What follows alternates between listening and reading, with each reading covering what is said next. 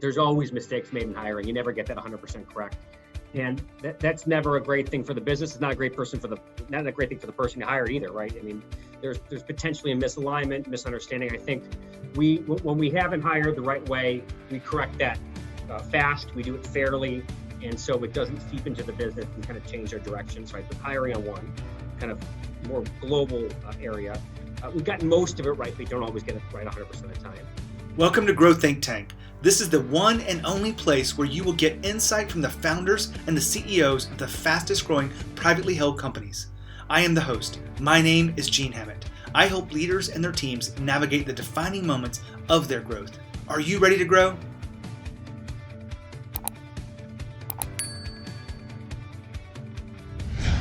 Creating a great place to work for top talent and attracting that top talent so that they can push the business forward is really a primary job for you as a leader. I love what I do because I get to work with some great companies. I get to work with great leaders, and I get to interview people that have got this figured out. So today we're going to be talking about creating this environment so that top talent can thrive. I have Jared Kaplan. He's the CEO of Opploans. Opploans creates a unique loan platform, which he'll tell you more about in the interview. But what I really love about this is he talks about his not having everything right. He talks about, failing, and that's the path forward. And the importance of putting intentional work around creating an experience for employees to operate at their highest level. Opploans grew at 1,400% over the last 3 years. They were number 321 on the Inc. list, and they have over 500 employees now. I share with that because I want you to have some context behind this. This is not a small company. They are growing really fast, though. Now, here's the interview with Jared where we talk about how to create an environment for top talent. Hi, Jared. How are you? Hey, great. Thanks so much for having us. Well, you got the memo on our shirts matching. I did. Great taste. If you're not watching on video, we have very similar shirts. I appreciate you being here at Grow Think Tank. Jared, tell us a little bit about Opploans. Sure. So many people don't realize actually half the country today has no savings. And if faced with an unexpected expense, they run into a bunch of issues that they've got poor credit. Since 2008, most of traditional credit sources have pulled out of the industry. And so what we've created is this financial technology platform that is focused on the middle income credit challenged consumer with the idea that we can rescue them, rehab them, and graduate them back to a better financial path, which in our lingo is more traditional kind of market cost credit. So we've created this ecosystem to do it. It's all online, and we're based in downtown Chicago, and the space is huge, but there's very few that approach it our way with this idea that you could lose customers and be successful. So it's worked out pretty well the last couple of years. And as I just learned, I usually talk to a lot of founders here on the show, but you're a CEO. You took over in 2015? Yep. Company had grown it to a certain point, or the family, and you were selected, and now you've taken it to just like a really rocket ship growth. Walk us through the last, the growth points over the last couple of years. Sure. It has been a whirlwind. So I was lucky enough to inherit this platform from the Schwartz family.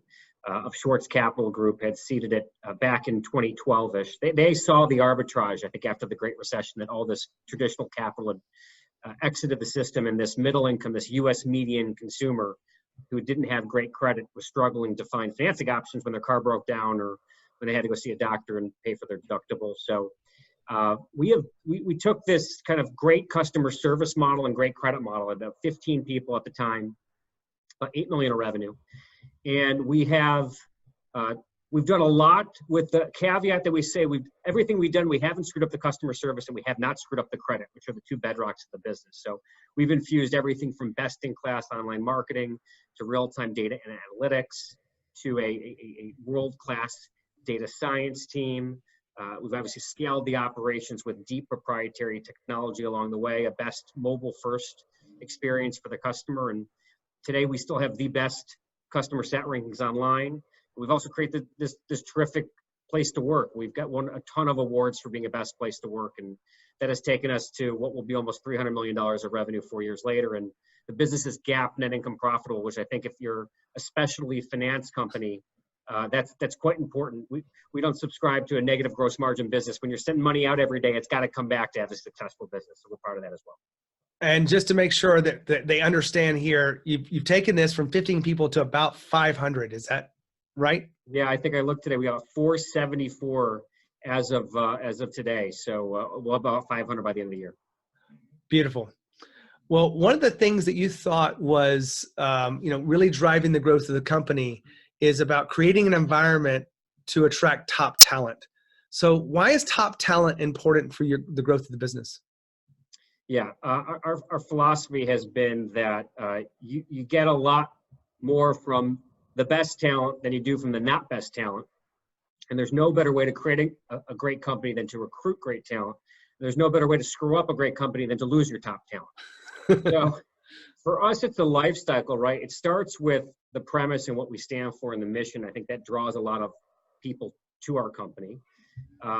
We say that it's not mutually exclusive. You can have a great place to work and be a high-performing culture, and shockingly, that's what great talent wants, right? They want a place where they're respected and where it's fun to come to work, but at the same day, they want to be challenged. They want to have autonomy. They want to know what they're responsible for. They want to be rewarded for that. And if you can get enough of those top talent in the door, you actually don't need as many people because they typically execute at a much higher level. And then we work like crazy to identify who they are, and then we build actually customized plans around them to ensure that we can continually create an environment they want to be a part of. And we want to do everything possible to do that for our best people. So it's core to the business that we built. Now, a lot of people think about top talent. They think it costs too much money to get top talent. And money is a big factor for employees, but I've always seen that it's not the top factor. What are you seeing inside your business? Yeah. Well, I will say, first of all, paying a little bit more for top talent always pays for itself, right? If you get it right, you actually, that math always works out right. It is not just about money. Actually, more and more, you find the other parts of coming to work every day are what drive retention. Now, you gotta pay people well, and of course, people care about compensation, but we think of it a multi-pronged approach. I mean, it's as easy as making sure people understand that you realize the effort that they're driving for the firm. And they know when they walk in the door every day what they're going to be accountable for, right? So from a key metric perspective, people own key metrics. They know if they move those metrics, it was that person that drove it, and they're going to be rewarded for that. And, it's a quid pro quo, right? If they don't perform, and there's always ramifications for that. But the best people want that autonomy. They want to know that if my fingerprints are all over X, Y, and Z, and I deliver value, I'm going to be recognized and I'm going to be taken care of. And we look to also give people the opportunity to kind of pave their own path, right? So if they see areas of the business that they have tremendous interest in, or they want to ultimately run a P&L every day, we work really hard behind the scenes to get them training, to get them the ability to observe other parts of the firm, and then we give them the chance to fail.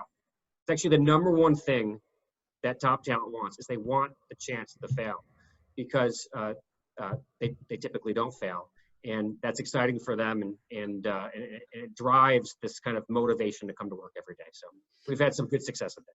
So I'm really smiling over here because a lot of my research, which you're not aware of, is around creating a culture of ownership. Does that resonate with you? 100%. It's 100%. You talked about autonomy, and autonomy is a piece of it. It's under empowerment. And when you think about empowering people like these top talent, how important is that for you, the growth of the company?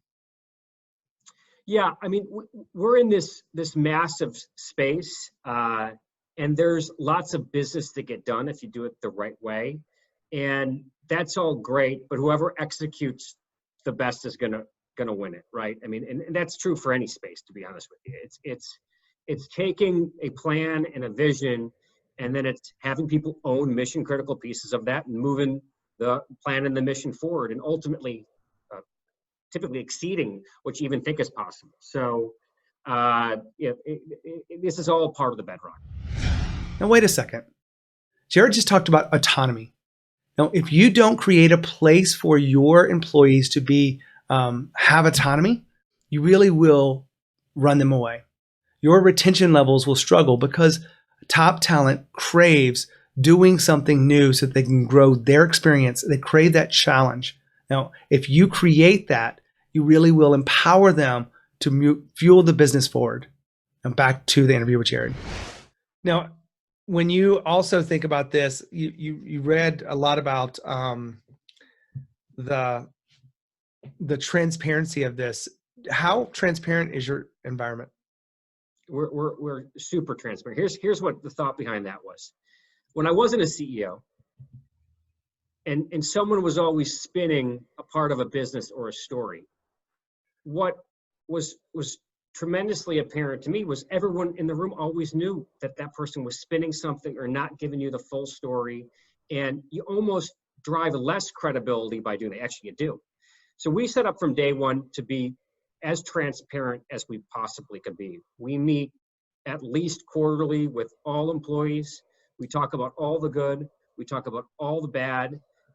We share financial information.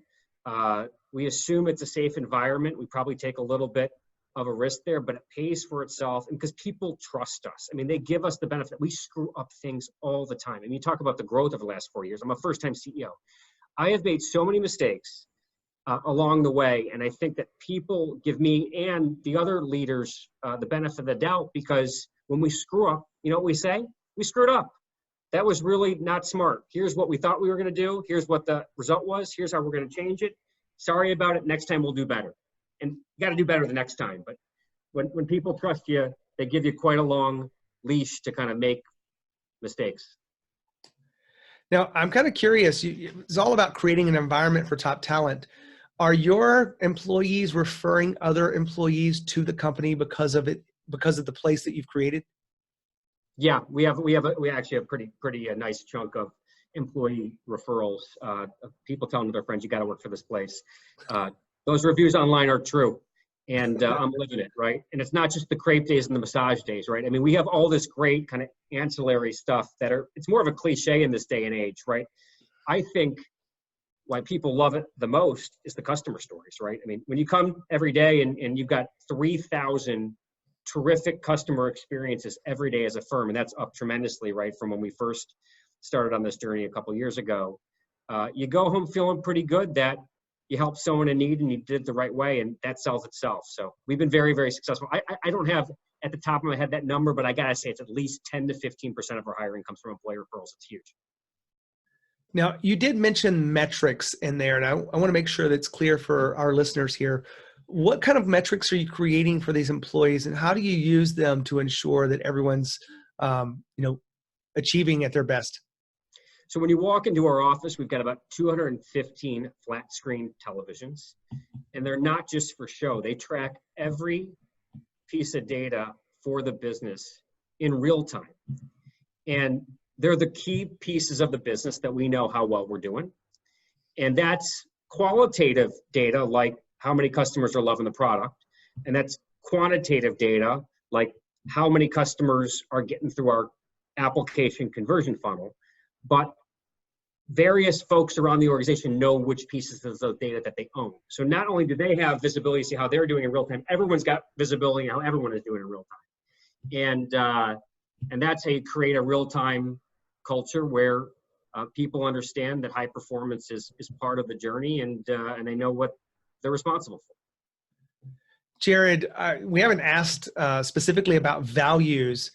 How important have the company core values been to creating this kind of growth for the company? I think they become increasingly important with every hire, right? When you're 15 people in a small office, the values are more just kind of assumed, and they're obvious because you'll hear something and you can react in real time, even if it happened across the room. As we got bigger and bigger, actually one of my biggest learnings was, the business changes every month, every 2 months, every 3 months, it's a different business. And in my head, that's very obvious, right? In the senior leaders' heads, we all know what's going on.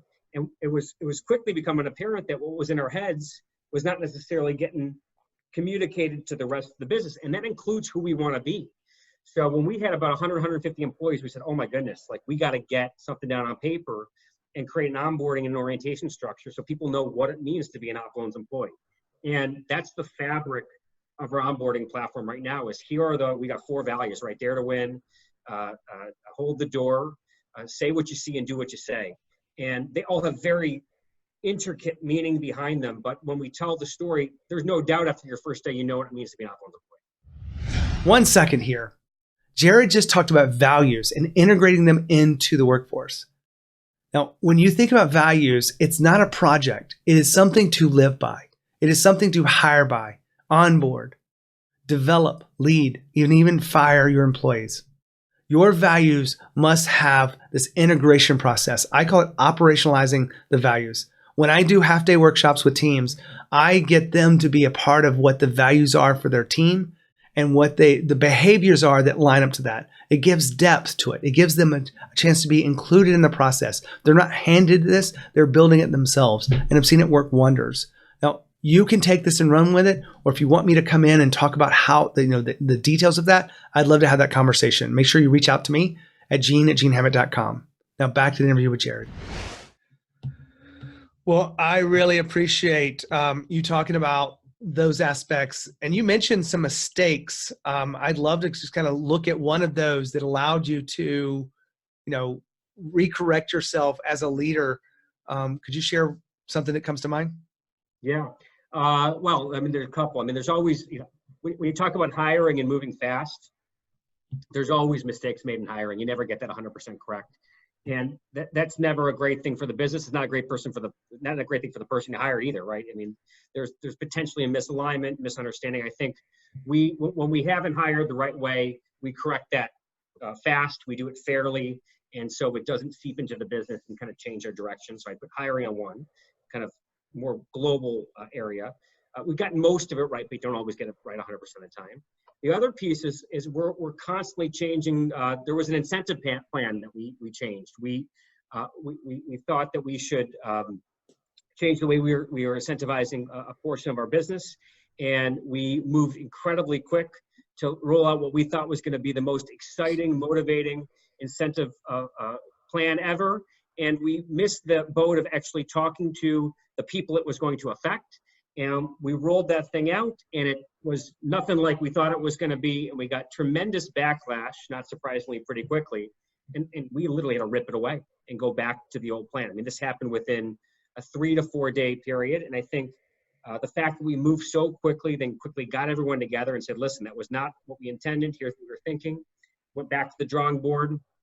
And now we're actually rolling it out again, but doing it the right way. Getting your champions, getting customer groups together, bouncing ideas off of. They never have 100% authority to dictate what we're going to do, but including them in the process and explaining to them the why. And that's always where we make mistakes. Is on, do we explain the why we're changing behavior? That can get you into trouble, but hopefully we're improving over time. The way you come to work changes at 100, 200, 400, 500 people. You have to create expectations. You don't want to go overboard with policies and procedures, but when you have people who have been here forever, when we were 10 people and now at multiple hundreds of people, you have to kind of bring those groups together and make sure everyone has a consistent philosophy for how they come to work and how they're going to be evaluated. So that's a generic, I think, framework of a million things that we've done wrong. How much time do you spend really thinking about the culture and the leadership going on in the business? It's a huge part of my job, especially now. In the beginning, I was deep into the details of day-to-day execution. I remember I actually built the first financial model. I remember I was like, oh, I got the CEO job, and I'm like building a model. Like I started my career as an investment banker, but you grow up, you hire great people. They want you out of your way, right? I mean, the best people you hire, they tell you what to do. They come to you and say, yeah, your ideas are good, but have you thought about this? And it's my job to be like, actually, haven't thought about that. Go do that. That sounds like that's a lot better idea than I have. And we have that culture, right? In fact, I love it when people have been like, I've been thinking about this a lot. I'm responsible for this, and here's what I want to do. That frees me up, right, to do a couple of things. Certainly focus on not 2020 or 2021, 2025. What does the strategic framework have to look, and what do we got to build over the next couple of years? The other big piece is the culture. It's what people are walking into every day.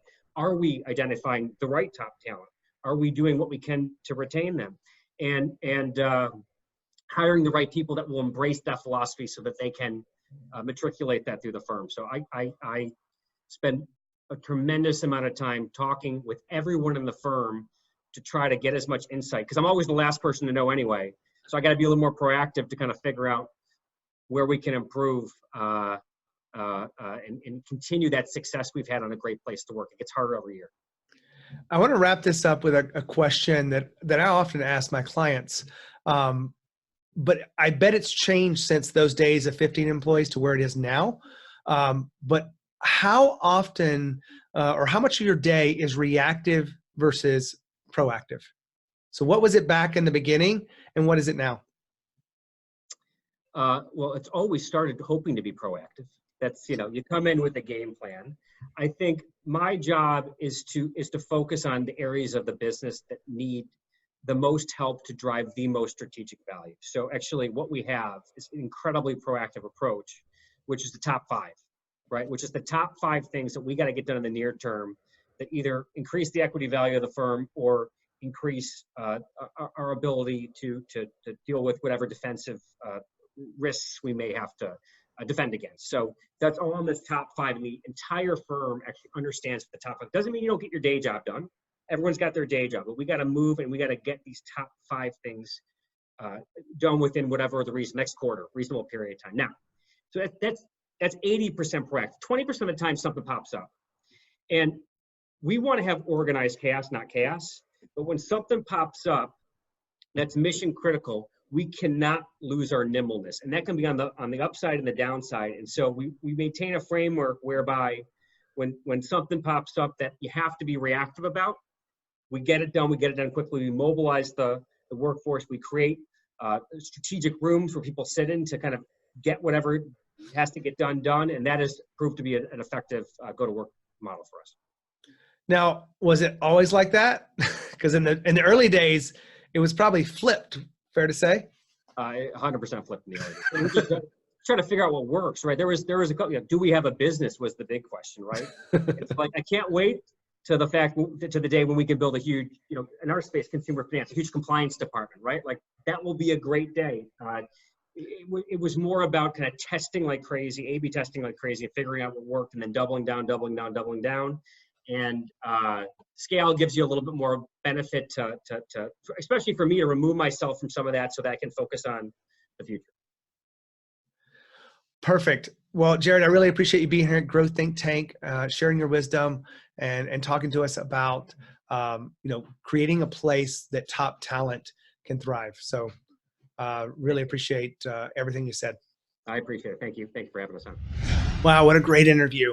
Really love his energy behind this and how he didn't have everything figured out. He's a first-time CEO, and he's grown this company over just a short period of time from 15 employees to 500. You don't do that without getting some things right, some things wrong. He shared some of those with us today. Hopefully you appreciate it. If you're enjoying these interviews, make sure you share it with someone that you know that wants to create that great place to work and be the leader that creates all of this growth inside the company.